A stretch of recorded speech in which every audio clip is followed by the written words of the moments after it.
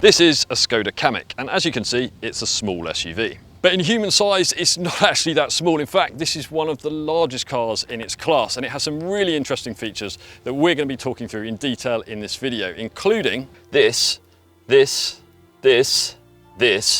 and this. But before we get started, if you're not already subscribed to our channel, make sure you do so, and don't forget to turn on notifications as well. To do that, you just click the little bell icon below and then allow notifications. If you don't do that, we can't let you know about some really cool videos we've got coming up over the next few weeks. Also remember that if you're looking to buy any new car, whatcar.com is the place to get a great discount without any awkward haggling. For more information about that and to find out how much you could save, click the link up there at the top of the screen or just Google What Car Deals. So let's start with the styling. And okay, Skoda hasn't been that extravagant here, but it's not like they've just taken a Karoq and stuck it through a photocopier set to 95%, because there are some new things for the Skoda brand, and they are these twin segment headlights. So you've got the main part of the headlight at the bottom here, and then above it, you've got some daytime LED running lights. For the first time on the Skoda, you've also got directional indicators. So what they do is effectively point in the direction you're going to turn in. Now, we've seen them on plenty of other cars like Audis and Jaguars, but it's kudos to Skoda for offering it at such a low price point. And round here at the back, you'll see Skoda spelt out in letters, just like it is on the latest Scala, rather than just a Skoda badge. Another clever feature is these plastic strips that automatically pop out to cover the edges of the doors as they open. Very handy at stopping your over-exuberant kids from denting other cars in supermarket car parks.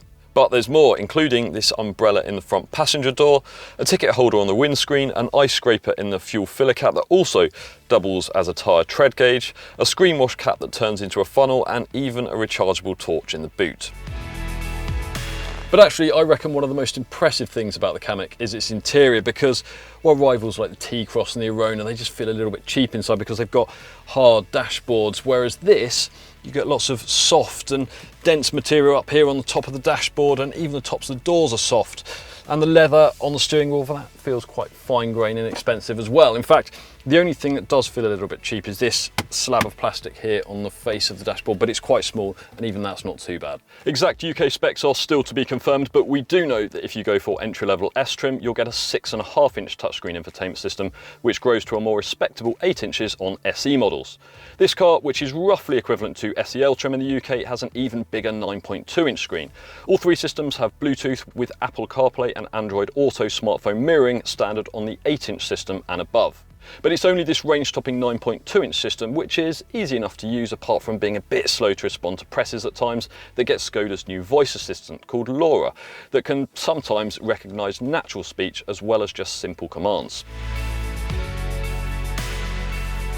This 10.25-inch display here behind the steering wheel is called Virtual Cockpit, and it's great because it gives you the option to configure the display exactly how you want it, and you can even show sat-nav maps. Unfortunately, it's only available on the range-topping SEL. There's 26 litres worth of storage space dotted around the Kamiq's interior, with cubbies here, here, here, here, here, and even here. Now, the Kamiq is based on the same underpinnings as the T-Cross and the Arona, but as I mentioned earlier, it's one of the biggest cars in its class, and that's because it's been stretched slightly, so it has a longer wheelbase. That's the distance between the front and the rear wheels. And it's given a ridiculous amount of space here in the back. I mean, I'm just over 6 foot, and look, I've got absolutely loads of legroom, and headroom is very impressive as well. So we actually can't think of a more practical car in this class. And this is one of few cars in the class that has heated rear seats if you want them. Plus, these tall side windows here, they give you a great view out no matter how short you are. So if you've got kids that are prone to travel sickness, it's a great choice. Boot space is 400 litres, so that is one of the best figures in the class, and exactly the same as the Seat Arona. Slightly less than the T-Cross, but that's only because the T-Cross has sliding rear seats. You can't get sliding rear seats on the Kamiq, but what you can get is a height adjustable boot floor, and if you add it, then it gets rid of this annoying lip here at the boot entrance and the step you're left with when you fold the rear seats down. The Kamiq is also one of few cars available with an optional folding front passenger seat, which means you can slide really long objects through the boot right up to the dashboard. Although you have to take our word for that because this car doesn't have it. Now, the name Kamiq, what does it mean? Well, apparently, in the language of the Inuit people of Canada and Greenland, it means something that fits perfectly. And Skoda says that's because the Kamiq is a perfect fit for the city. Now, we reckon there's probably a bit of post-rationalisation going on there, but there's no doubt in many respects the Kamiq is a great car for the city. The slightly elevated driving position, I'm sitting about 40 millimeters further from the road than I would be in a Skoda Scala, for instance, helps give me a great view down the road ahead, and also the Kamiq has a tighter turning circle than many of its rivals as well. It's also really easy to drive, and that's partly thanks to this sweet manual gear shift, but also a light positive clutch pedal, and that makes it really easy to pull away and change gears smoothly. Our only slight complaint is that around town the Kamiq does have a slightly choppy ride. Now, all of the versions we've driven so far have something called Sport Chassis Control, and that's Skoda's name for its optional suspension that sits the car 10 millimeters closer to the road and also gives you the option to effectively stiffen and soften the suspension by pressing a button down here. On the plus side, ride comfort becomes noticeably better above about 40 miles an hour, and the Kamiq is really quite smooth on the motorway. And you might imagine, given the quite tall stature of this car, that it rolls a fair bit through corners, but actually it's more agile than you probably imagine, especially if you put the optional suspension in its sport setting.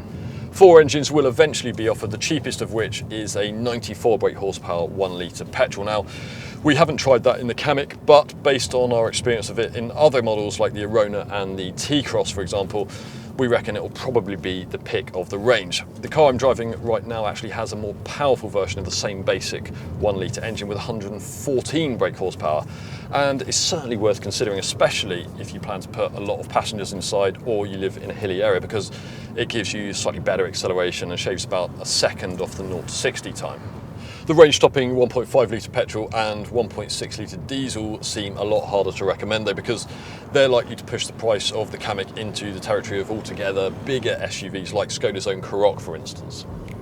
But here are 5 more things you'll want to know about the Kamiq if you're thinking about buying one.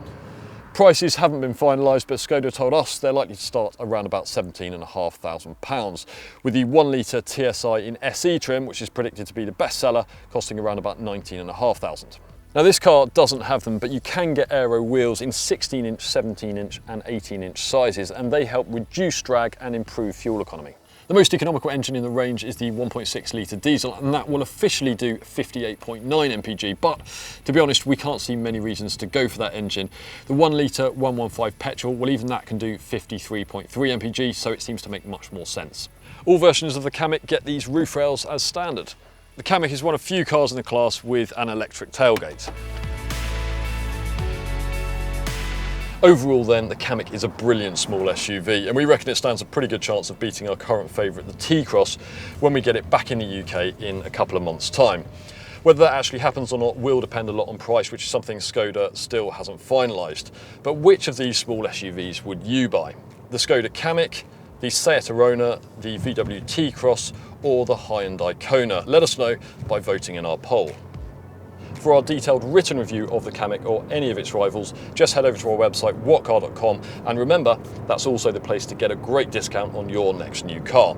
Thanks for watching, and if you've enjoyed this video, then give us a thumbs up, leave us a comment and let us know what you think of the Kamiq, and if you haven't done so already, make sure you hit subscribe. We'll see you next time.